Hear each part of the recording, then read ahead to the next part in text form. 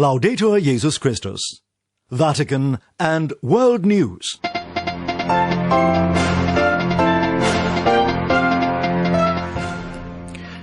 In the headlines this Thursday, March 18th, Pope Francis tells Belgian priests to look to St. Joseph as a model of a genuine pastor.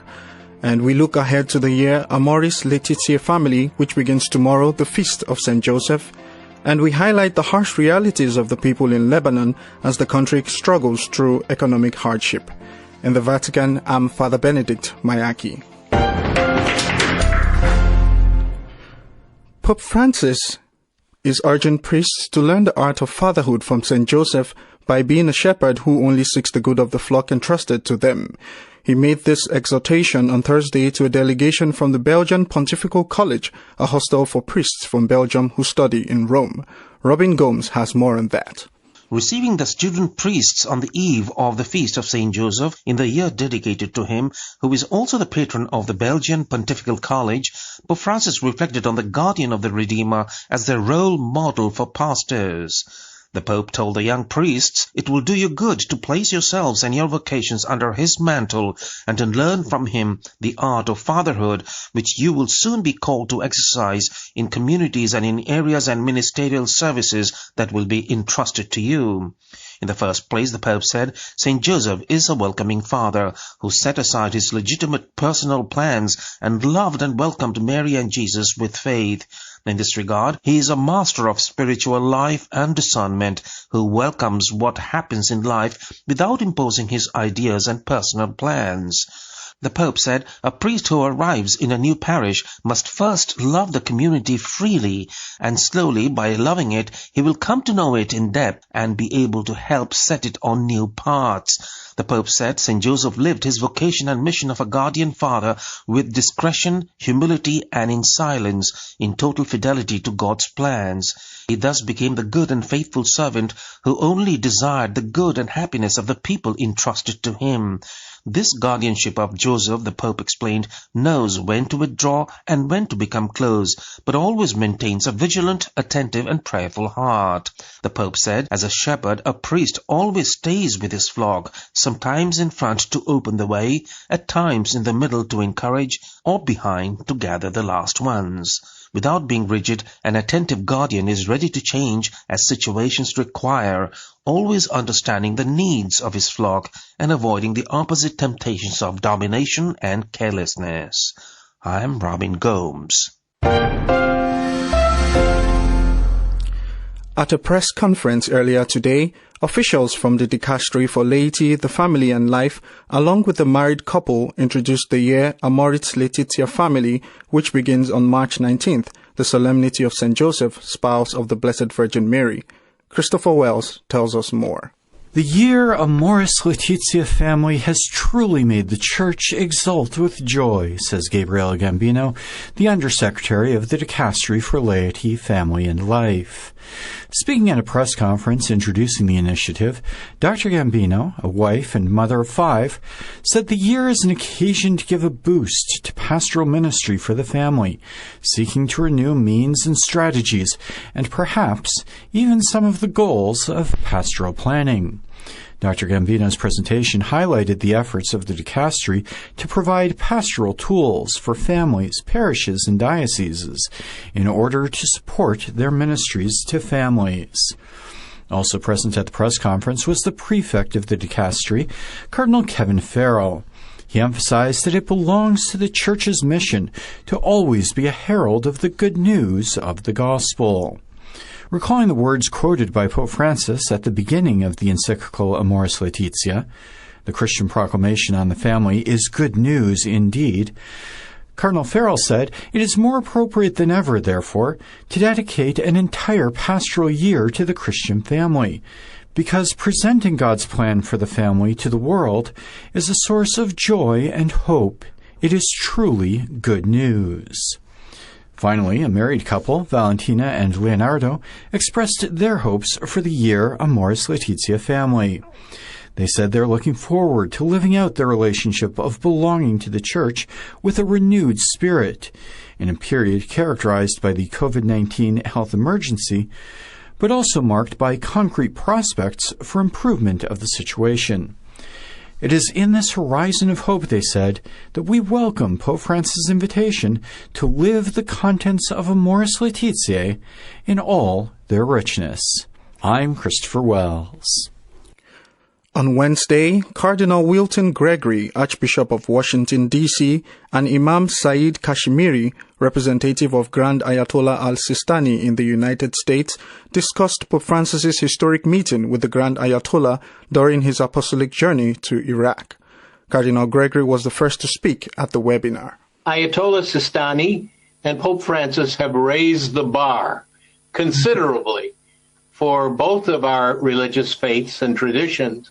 And we here in our local communities cannot abandon this great opportunity to advance fraternity, brotherhood, and collaboration, which will enrich and improve the faith experience for both of our communities.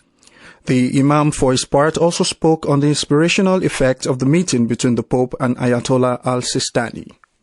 Meeting between these two spiritual leaders at that level, it inspired all, no discussion. And the type of discussion and the messages they sent both, it really inspired, not only inspired everyone, but also put a lot of responsibilities on religious scholars in the world, irrespective of being Christian or Muslim, all religious scholars. I think with the collaboration and cooperation between scholars in different parts of the world, the ball is in our court right now. If we plan and act and work on it precisely, then it should result in making a pressure on different governments, different officials in different parts of the world who they have the key change in international community to bring more peace to our people who are in suffer, to bring more justice and stand in front of injustice. That was the voice of Imam Saeed Kashmiri, representative of Grand Ayatollah al-Sistani in the United States. In Lebanon, pharmacies went on strike and petrol stations rationed scarce fuel today as public anger over an accelerating economic collapse intensified with little sign of an end to a high-level political standoff. President Michel Aoun on Wednesday told Said al-Hariri, who is the designated premier in October, to form a new government immediately or make way for someone else. Hariri hit back by telling Aoun that if he could not approve the cabinet lineup, then the president should call early elections. Meanwhile, the Lebanese pound has sunk by 90% in the country's worst crisis since the 1975 to 1990 civil war, plunging many into poverty. Father Michel Aboud, president of Caritas Lebanon, told Vatican Radio about the critical situation and the feeling of despair that is gripping the people. COVAX is operating under the umbrella of the WHO, the World Health Organization.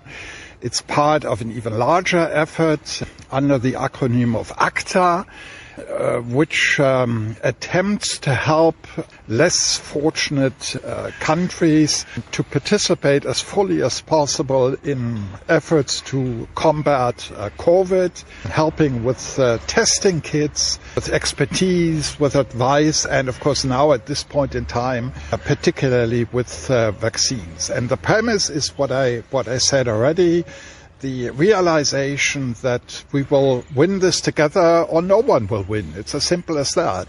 So there is if you want, an egotistical consideration at work that ultimately it must be in our interest that COVID is successfully tackled everywhere. But there's also an altruistic consideration, I think very much in line with what the Holy Father has said, that yes, a country like Germany, which is right now slightly more than 1% of the world population, also has to assume responsibility for the other 99%. We're not alone. We are part of humanity and we have a responsibility for humanity. Sounds like Fratelli Tutti. Yes, that's exactly right. And I think it is like Fratelli Tutti. I appreciate that you draw this conclusion yourself. That is a good way of looking at it. That was Father Michel Aboud, President of Caritas Lebanon. I would like to tell you that the situation in Lebanon is really bad. Tanzania's President John Magufuli has died aged 61.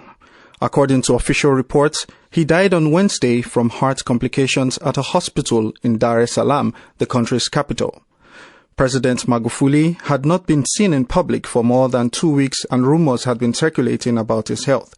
Magufuli, who hails from northwest Tanzania, first won the presidential elections in 2015 and was elected for a second term last year. Tanzania's Vice President Samia Suluhu Hassan said that there will be 14 days of mourning and flags will fly at half-mast in honor of the late president.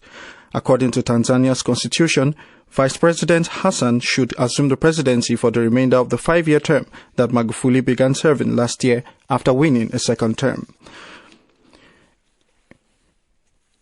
In an interview with Vatican News, the German ambassador to the Holy See, Mr. Reinhard Schweppe, highlights the work of COVAX, a coalition aimed at helping less fortunate countries combat the ongoing COVID-19 pandemic. COVAX is operating under the umbrella of the WHO, the World Health Organization. It's part of an even larger effort under the acronym of ACTA, which attempts to help less fortunate countries to participate as fully as possible in efforts to combat COVID, helping with testing kits, with expertise, with advice, and of course now at this point in time, particularly with vaccines. And the premise is what I said already, the realization that we will win this together or no one will win. It's as simple as that. So there is if you want, an egotistical consideration at work that ultimately it must be in our interest that COVID is successfully tackled everywhere. But there's also an altruistic consideration, I think very much in line with what the Holy Father has said, that yes, a country like Germany, which is right now slightly more than 1% of the world population, also has to assume responsibility for the other 99%. We're not alone. We are part of humanity and we have a responsibility for humanity. Sounds like Fratelli Tutti. Yes, that's exactly right. And I think it is like Fratelli Tutti. I appreciate that you draw this conclusion yourself. That is a good way of looking at it. That brings us to the end of this edition of Vatican and World News. For more on these and other stories, and to hear this broadcast as a podcast, please be sure to visit our web portal at www.vaticannews.va. You can also catch the latest updates on our Facebook page and on Twitter. Many thanks to the engineer in studio. In the Vatican, I'm Father Benedict Mayaki.